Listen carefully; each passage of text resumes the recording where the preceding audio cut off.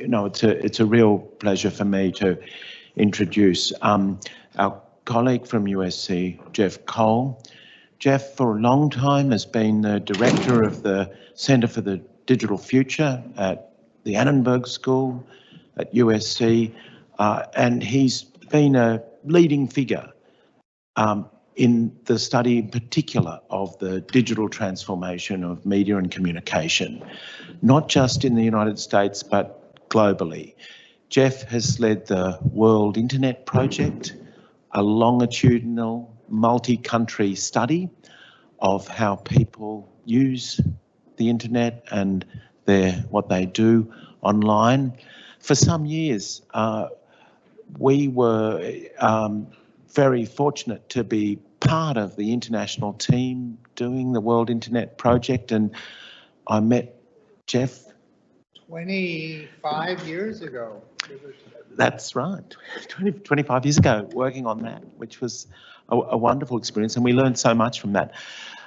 That wasn't, of course, the only reason why we really wanted Jeff to speak today.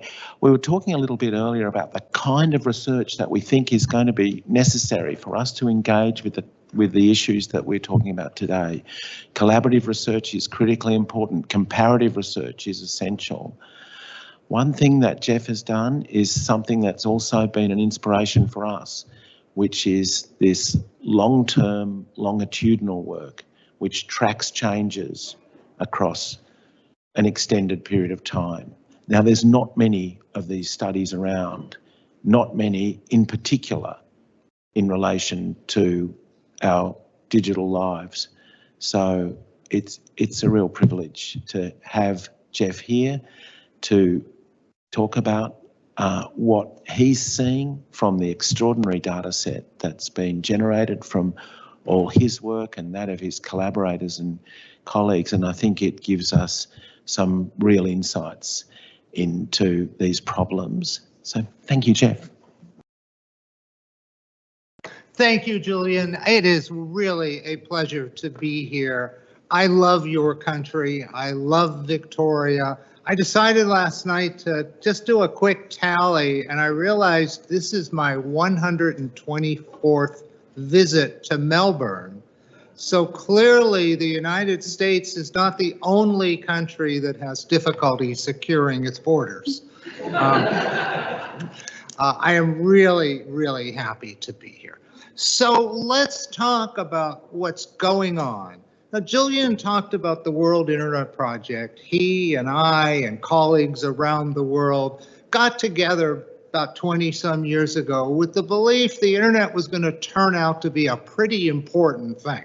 You didn't have to be a genius to see that, but we didn't know that it was going to transform the world the way it has. And weirdly, particularly if you compare it to AI, which we're going to talk about a little bit later, the internet started with so much hope and optimism. The hope that it was going to connect everybody around the world, which meant so much, especially to Australia, where your costs of talking to people around the world were obscene. We believed that anybody could be a journalist through the internet, which 25 years ago sounded like a good thing. We believed that we were going to have access to the world's great libraries in Melbourne and in Los Angeles. You've always had access to that information. But now people out in the middle of Western Australia or in the middle of the US would have access. Only as we began to track it and the vast majority of the population had access to it, did we see the dark underside. Did we see the misinformation, the bullying, the hate speech, the election manipulation? But it started with so much hope, and now it's become there's so much more concern. AI, just in comparison, has started exactly the opposite. AI has started with almost nothing but fear. Fear, I'm going to lose my job. Fear, it's the end of humankind. And all these other fears, which we'll talk about, and I'll show you how those fears are changing. But what we've seen on this issue of looking at what is true, how we find information, is we've seen that digital has become a complete assault on truth. Stephen Colbert, our great late night comedian, who you can watch on Channel 10 at midnight here, Stephen Colbert 15 years ago talked about not truth, but he coined what became the word of the year, truthiness, which is sort of a concept of being in the vicinity of the truth, being sort of near what might be true. Does it not? Not truth should be a digital on or off concept. Instead, truth has become an analog concept. Does it have any relationship to the truth?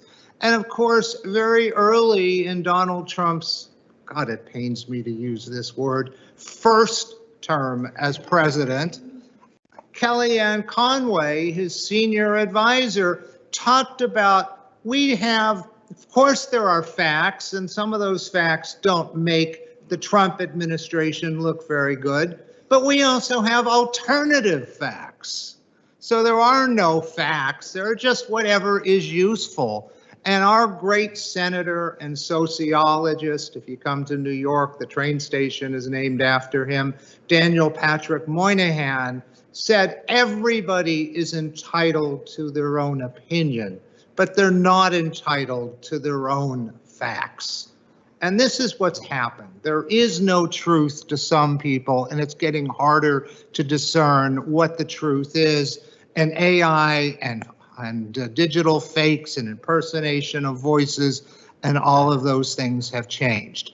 What we've seen, the real reasons, I think there are three real reasons behind this, and then I'll show you some data. The first has been the collapse of traditional news organizations. Between 2000 and 2016, 50% of the advertising was sucked out of radio, television, newspapers, and magazines. And it went to two places, Google and Facebook. And I'm not criticizing them for taking it, but it destroyed the economic base of traditional media, who could have bureaus around the world and professionally trained correspondents and gatekeepers. We have seen in the United States in the last 10 years, 15 newspapers close, 1,500 newspapers close. I think we're going to be left with two major newspapers in the next 10 years. And this is one of the great newspaper reading countries in the world. There was a development that I was very optimistic about for a little while, because without advertising and the model disappearing, you had to find new models. I liked the billionaire model, the philanthropic. If any of you are Citizen Kane fans, and if you're not, why not? But any of you who are Citizen Kane fans know that Charles Foster Kane, loosely based on William Randolph Hearst, bought the New York Inquirer because I thought it would be fun to run a newspaper. The model of whether it's ego or you want to serve your community, and you know this model well with Rupert Murdoch. We can talk about how good he has been, but Rupert Murdoch pays a very steep price to own his newspapers. They have been a drag on the much more profitable part of his company, of Fox News and sports. And to keep Wall Street off his back 12 years ago, he had to separate the company into two, where he put all the newspapers and most of the money-losing propositions, but to give them a little bit of support, he also threw in Foxtel. And on the other company, Fox, was the profit engine, and he did that to keep the price of the company up. I believe the day Rupert passes, and as you know, Dame Elizabeth was around here till 103, but that it's got to happen at some point, I think. Although maybe we're already, Adam, maybe we're already dealing with AI Rupert. But the day he passes, those newspapers will be sold. And incidentally, we won't won't get into all that, but he is about, in my opinion, to lose his whole inheritance future. And for years, Succession was accused of copying the Murdochs. Now the Murdochs are copying Succession. So that model's not going to work much longer. And in the US, the Washington Post, the newspaper of Woodward and Bernstein and Watergate, was about to disappear when Jeff Bezos swooped in. And Bezos, when he bought the Washington Post for $250 million, was worth $25 billion. So that was 1% of his wealth. He's now worth about $225 billion.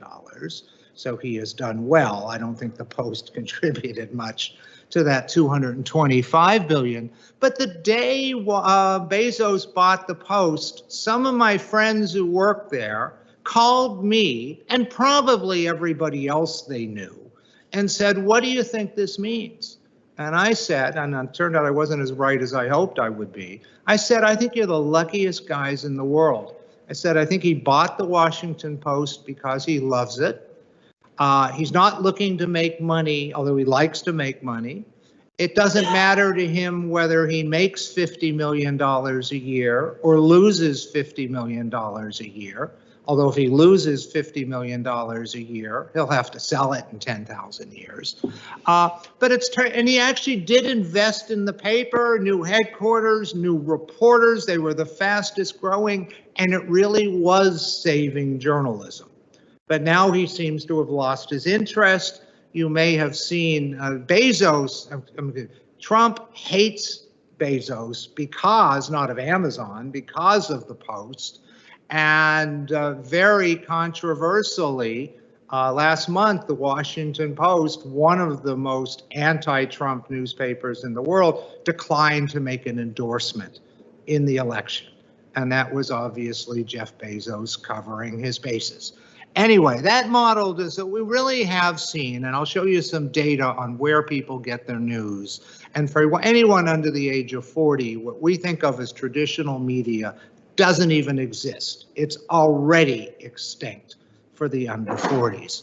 The second thing that we think has really led the assault on truth is bad actors.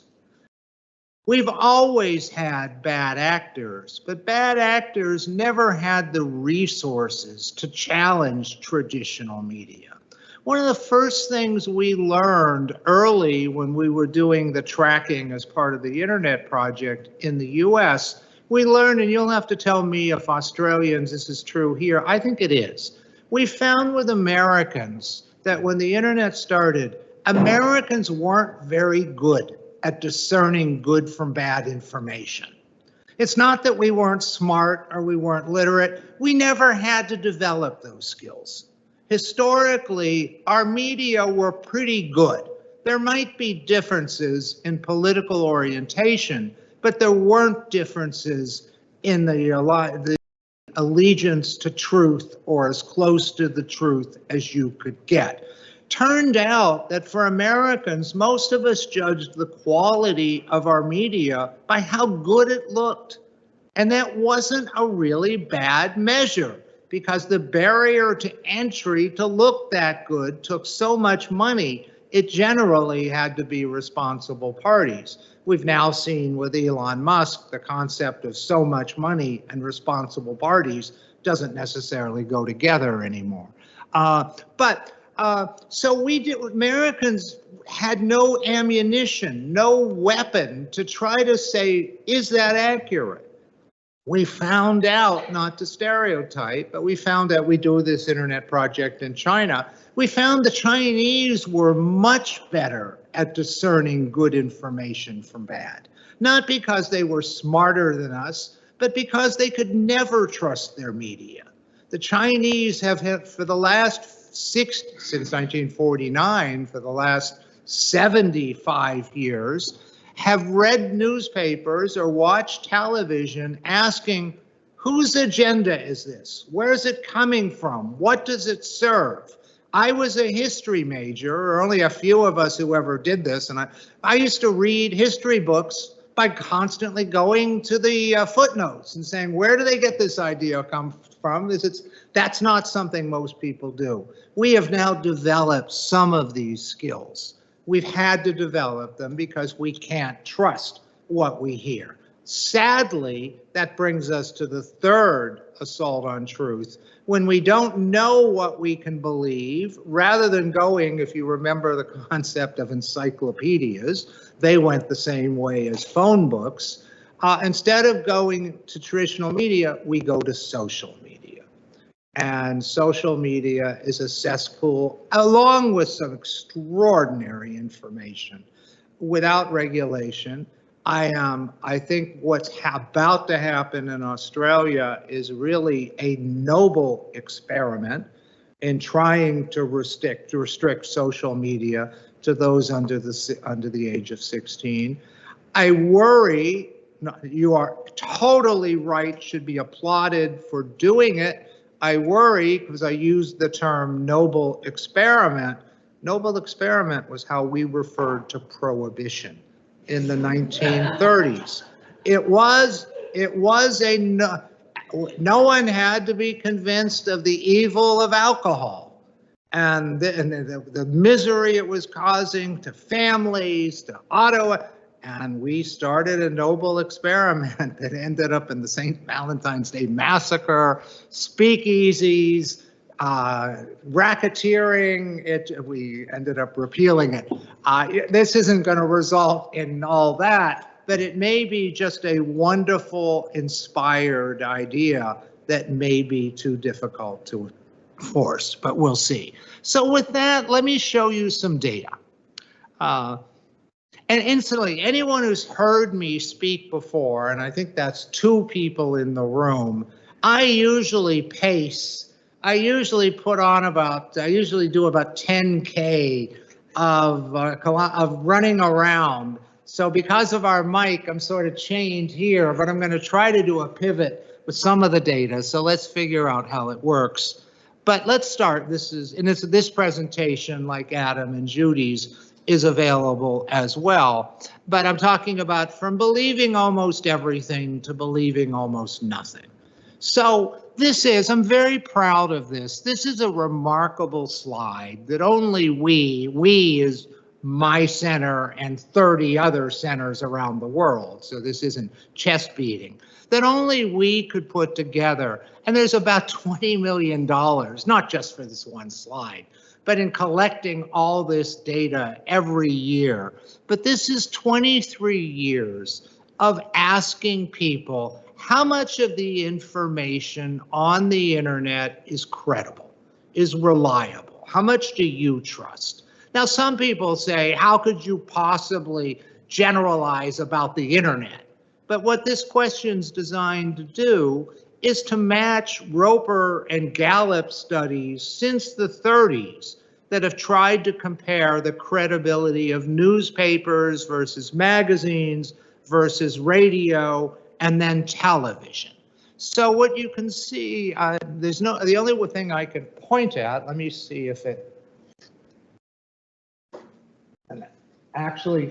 doesn't reflect on there anyway. So, okay, so we'll put the laser pointer. I will just have to walk you through it. I wish I could point. But if you look at this is 23 years of internet users' perception of the reliability of online information. And if you go to the far left, you can see that of those who believed most or all of the information online, it started at about 58%. And you can see it's gone down continuously, but it really went down in 2 pretty significant times. It went down about 2006. It began a serious decline, and we attribute most of that to social media and all of these other viewpoints that never had access to traditional media. And then you can see a really very serious decline around 2016 to which happened to be the year Donald Trump was running for president. And so it's gone from about 58% down to about 22, 23%. That's about a 35% drop. That is enormous. At the same time, if you go to the bottom blue, those who believe none of it or almost none of the information, there weren't very many of those in 2000. That was about 8%. Said, I just don't believe anything. That has now gone up to match. If you look at in 2022, it hit the same percentage who believed all of it or most of it. But now it's about 21% who say that they don't believe anything. And those who believe about half of it, that has climbed a little bit at the expense of those who believe most of it, from about 39% to about 55%. If you look, this is overall of Americans, and I'll break it by age in a moment. Where do you go to get your news?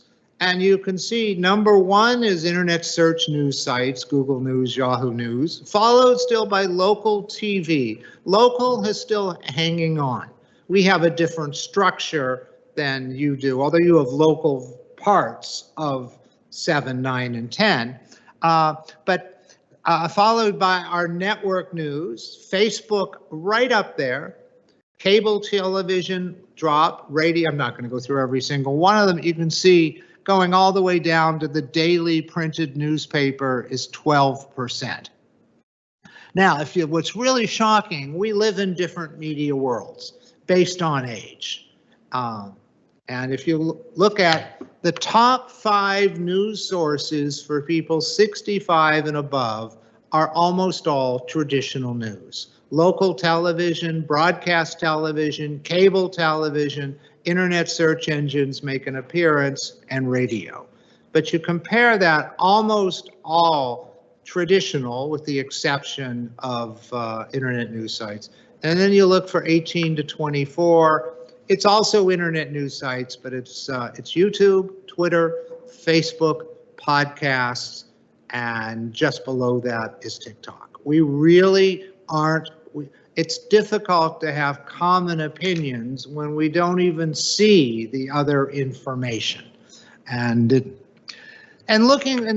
so we've started doing some of our questions, like the one on how much do you trust, go back 20 years. Some of them, if we just asked the same questions every year, this wouldn't have any relevance to anything. So we've added some new ones the last 3 years, and we just got some new data literally last night. And we've not had a chance to integrate it in, but I'll show you where the differences are important. But the question of how serious a problem is misinformation. Incidentally, I could split hairs on the distinction between misinformation and disinformation. And I think there are differences, but virtually no one who uses those words outside of a university or a dictionary making company makes that distinction, except disinformation tends to come more from governments or authority sources. But if you ask how much of a problem is information, you can see that only 5%, I'm just going to average these except where the distance is important, about 5% say it's not at all a problem. You have about 26% climbing slightly over 2 years, and it climbed in the last year another 2 points. So it's climbing, but not at a fast rate yet. Although I would argue that already we started 2 years ago with over 60% think it's either a very serious problem or an extremely serious problem. And have you personally been affected by misinformation? That dropped the percent. Well, I mean, I'm saying it backwards. It's actually the percentage who have not been affected rose from, it was about 42%. I'm saying this back. Let me skip it. I'm trying to do a double negative. Of those who say they've been affected by misinformation, it's gone from about 40%, about 43%.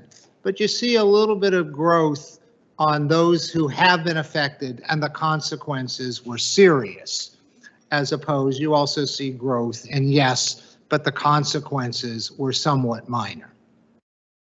And who is responsible for spreading misinformation online? These have changed a little bit from year 1 to 2, but they're in the order of who was number 1 in 2002. And you can see highly influential individuals was at the top. That's now been overtaken in the second year by social media companies. But at the high levels of who we hold responsible are partisan, highly political media channels, highly influential organizations, this list goes on. Traditional media also considered fairly responsible. Over half the people blame traditional media. Governments considered to have a major role. Companies not quite as high, but pretty serious. And then a big drop down, but still a third of people think churches have played a role in the spreading of misinformation. In schools, it's at almost a quarter, but the lowest of what we look at.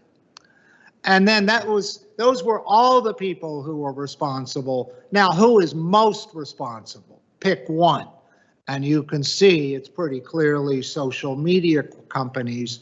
In America, we were starting to see some pretty ugly research, starting to see some real efforts of regulating the social media companies. Also, Google was not on this issue. Google was in the crosshairs, being asked to sell Chrome. All that. You know, we don't have any ACCC. We have the Justice Department and the FCC. There will be, and I'm not even be, there will be no regulation in the next 4 years. This is the Wild West. Incidentally, the no regulation not only is going to apply to how media and digital media are regulated, it's going to apply to the environment. It's going to apply to the medical world and medication. We are going at least for 2 years till there's enough. We're open for business. Anyone welcome to come. Doesn't matter who you are, what you know, what your motives are. Anyway, but who is most responsible? The social media companies, highly influential organizations. You can see that dropped a bit. It was number 2, dropped a bit. Partisan, highly political media channels. But clearly social media and highly influential organizations at the top. This is the rest, but almost nobody says schools, churches, or companies, or even governments are most responsible. And we started asking AI just from 22 to 23, and AI does register, is actually right up there. AI is almost as bad as the churches, according to the data. I'm teasing. I mean, that's what it says, but I'm not implying churches are bad. Whose job is it to address misinformation online? I'm going to go a little faster. Most people think it's the technology industry's job to address this. That's climbed. But the role people more are looking to governments. We saw that climb 8 points in 1 year. The media and parents are considered to have a role, and that climbed about 10 points in a year. And schools, not much, and churches, even less. And this one's pretty interesting to me. What should be done to people who repeatedly spread information online?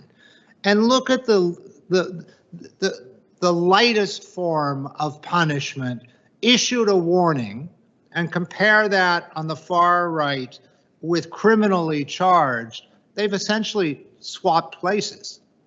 You can see it was 19 and 13, and now it's gone from 13 to 19, but you've seen this real drop in the percentage of people who think it should just be a warning, and a pretty significant for 1 year rise in those who think there should be criminal charges. But criminal charges is not the number one answer. The number one answer is permanently suspended, followed by temporarily suspended. But the patience is waning.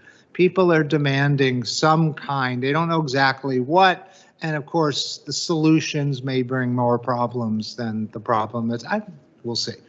And then how confident are you that you can recognize information online? You can see people, about just under 50% are not very confident, 11 are neutral, so only about 33% have some confidence. And Adam was talking about the phone calls with the voices and the family passwords. We're going to see a lot more of that. And I share Adam's surprise that deep fakes didn't play a bigger role. There was a deep fake of Trump implying that Taylor Swift had endorsed him. But the problem was Taylor Swift was right there to say, like hell I did. Although sadly, it turned out her endorsement didn't mean anything. And then how have you been taught or trained how to recognize misinformation? Those who have is approaching 30%. This probably, we anticipate, just as there was media literacy programs in schools at the beginning of the internet, we expect to see a misinformation literacy programs. And then very quickly, if you were taught by whom? The biggest percentage are taught by themselves, so you know how good that may be. But taught by schools, 11% say their schools now are teaching them. They see public service messages. Sadly, only about 6% of parents are teaching them. One of the points I made, just to digress for a second, about the internet 20-some years ago was all of us, no matter where we lived, our parents taught us a couple of the same things. Look both ways before crossing. We, of course, when we come here, look the wrong way, but not if you look both ways. Look both ways before crossing. Don't get into a car with a stranger. Don't take candy from a stranger. And I made the point 20 years ago, now we've got to add 10 more things that have to do with the internet. Don't ever reveal who you are. Don't ever meet somebody you met on the internet except in a public place. And all the rules of life that your parents, as they knew, of course, the problem 25 years ago is your parents didn't know the internet, but now parents do. And I think misinformation is going to become part of the parents, not burden, but they're going to play a role on top of everyone else. Okay, a little bit on AI. Some of you may have seen this. We have some pretty good context behind this, but 2 weeks ago, it's the joy of this topic is it changes literally moment by moment. 2 weeks ago, a 29-year-old student in Michigan was doing his homework and went to Google's Gemini AI companion, and to a question he asked, this was the response from AI. This is for you, human, you and only you. You are not special, you are not important, and you are not needed. You are a waste of time and resources. You are a burden on society. You are a drain on the earth. You are a blight on the landscape. You are a stain on the universe. Please die, please. Google has issued, how many of you have seen this statement? Google has issued very strong apologies, but they can't explain where'd this come from? And they say it'll never happen again, but obviously there's some entity or something that wanted to say this. Are they just stifling them? Are they going to send them out for retraining and re-education? But this is the stuff that scares people. Incidentally, maybe we have some really amazing people here. I still don't understand that if AI, and I'll show you the numbers in a moment, if AI really does want to kill us off, like Skynet, what's left for them? It's not like they get to move into our beautiful houses, out on the Mornington Peninsula. I know what's life like, or what's the world like for AI without us? Don't we sort of make life more interesting for them? But but that question doesn't have to be answered, but I'm sort of curious. Anyway, And this, I can give you the link to this, but if you really want to look this up, just enter on a search engine, enter on AI search engine, die, please die AI, and you'll get all the links. It's been well covered. All right, so some information on AI. So first of all, do you agree or disagree with the following propositions? It will make life better. Well, the good news is most people, not the majority, but the plurality, just barely, say it will make life better. 22% say it will make life worse. But to the question that I just may have gotten at with that quote, it could mean the end of humankind. An astonishing 24% believe, it doesn't mean it's true, but it means believe that it could mean the end of humankind. That went up to 28% in the data we got last night. This is real fear. When you believe not just that it's going to affect your economy, but it's literally the end of humankind, or could mean the end of humankind. It will severely, so not affect, I think almost everybody knows it will affect unemployment, but it will severely affect unemployment, severely affect employment, causing massive unemployment, almost half. And that's gone to about 51% in the last year. So this is what I'm talking about with AI beginning with fears. Because if you had done these questions with digital in 2000, you would have seen so much positive and hope. It'll help us to to become more efficient in what we do. There's a lot of buy-in there, almost half. And it's overhyped and its influence will not be large. Most people don't buy that. They don't think it's overhyped. Only 18% think it's overhyped. And it could be used to monitor people's lives, 2/3. I think there's going to be, and we're seeing that coupled with, well, you have your own issues with facial recognition, and I know Bunnings just went through a facial recognition. I used to work with Bunnings. Bunnings went through a, you're smiling. No, I'm teasing. Bunnings was, you know, Australians don't go to Bunnings to buy a hammer. They go to Bunnings because it's Saturday.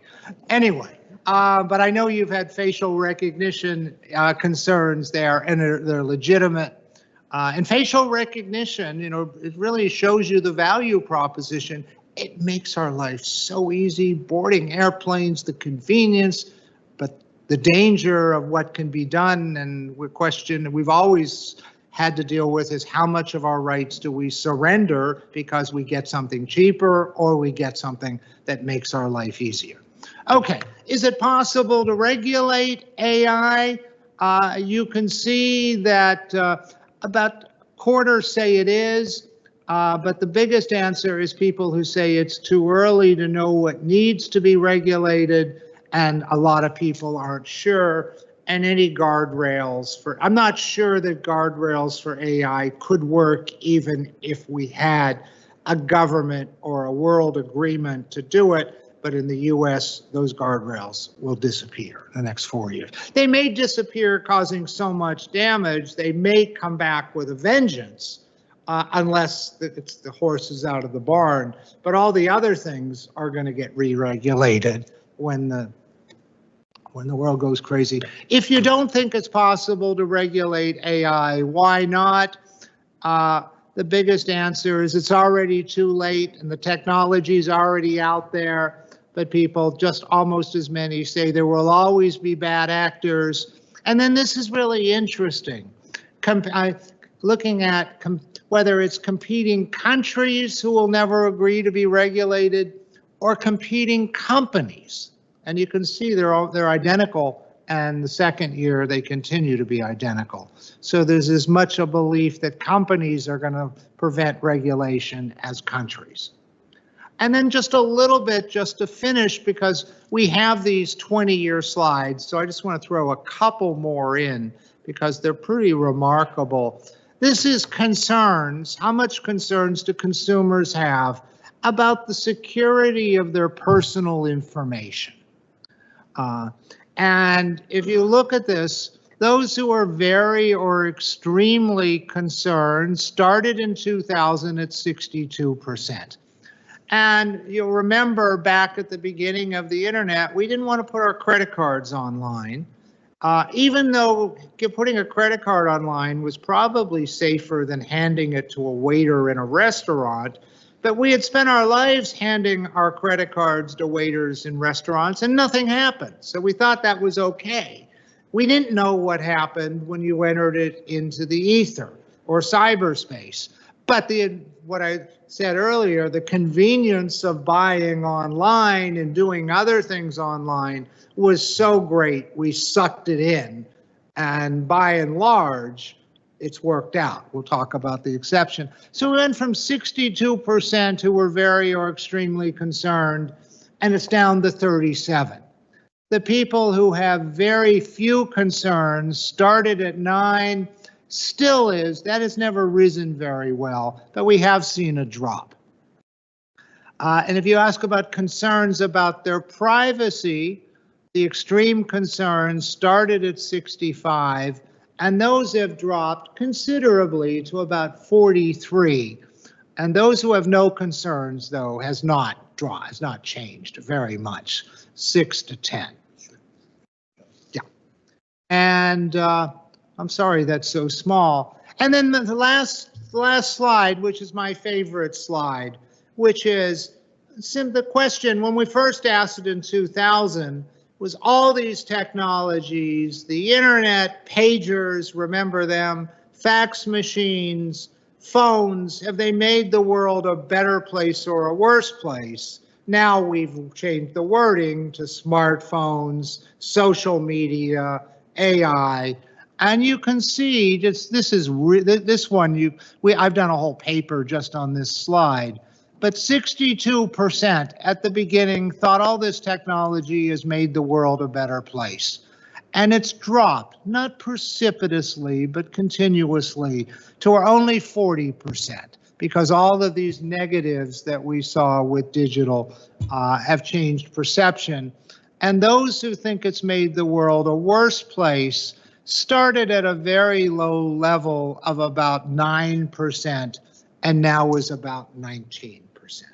So this is a static world, but we really do not have almost anything that we can agree as countries or populations anymore on what's true. What we have are what our tribes can agree on our information, and there's a lot of work to be done. Thanks, Jeff.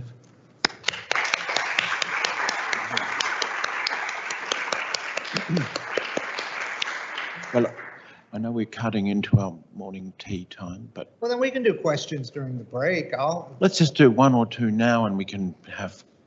So, Mark, why don't And I'm here, like Adam and Judy, I'm here all week. To use a vaudeville line, I'm actually here all day. Thank you for that. That was fascinating. I wanted to get to the regulatory question. I was curious, one of the things that's come out of Trump's recent appointments is the FCC commissioner who has claimed in the past that he wants to get rid of Section 230, in part because of the concerns that Republicans have had about bias on the part of platforms. Now that Elon Musk owns X, maybe they're changing their mind about that, but I'm curious, do you think anything is going to advance around that, or is that kind of dead issue? I hate to be so cynical. I think nothing is going to be based very much on policy. It's going to be based on who serves individuals. So I think you're talking about the FCC commissioner who'd like to get rid of the equal time, just general fairness. That's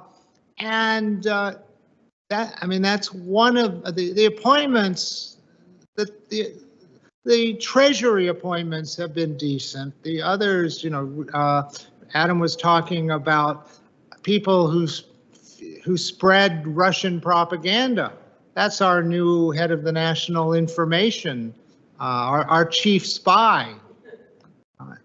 Anyway, So yes, I think all regulation is going to disappear. The Republicans have believed for a long, well, back up just very, it's interesting over the last 60 years, how the First Amendment or the strong belief in freedom of speech was a very liberal value, and how it's been turned into a conservative value. Some of that is wokeness that doesn't want total freedom of speech, but the conservatives really have come to believe that they've been disenfranchised from most media and don't get fair coverage, don't have the opportunity to express themselves, and I think they will very aggressively loosen requirements, and you'll see a lot of change in that area. Yeah, one more in the middle. Thanks for that. I'm Trey, working in science communication. My question is in the context of younger generations getting the news more from YouTube and TikTok and Twitter. The question is, in the future you foresee where there's fewer and fewer sources of news, how do you see the evolution of creators who purport to consume news from multiple sources and interpret them for their audiences? How do you see that evolving? I don't need to, I'm almost done. I don't need to figure out how it works. We've seen the number of sources decline. I mean, back when I was a kid, you had morning newspapers, afternoon newspapers, weekly newspapers, lots of radio. So the number of sources on the professional side is declining. On the user created side is exploding, which is if you just look at how significant podcasts have become. Incidentally, if you want to document that change, I could show you slides, which I did, but you can document it by look where Donald Trump went during his campaign to Joe Rogan with 30 million listeners on a podcast, where compared to where Harris went. And you can see the entire way you reach people has moved to decentralized, although he is on Spotify, but Spotify doesn't control any of the content. They are simply the platform. So it's a free-for-all, which doesn't mean that really good podcast, good news, good information, good quality news can't emerge on those platforms. But there's nothing encouraging it, pushing it along. As I mentioned, I like the idea of the benevolent billionaire, but that seems to be falling apart.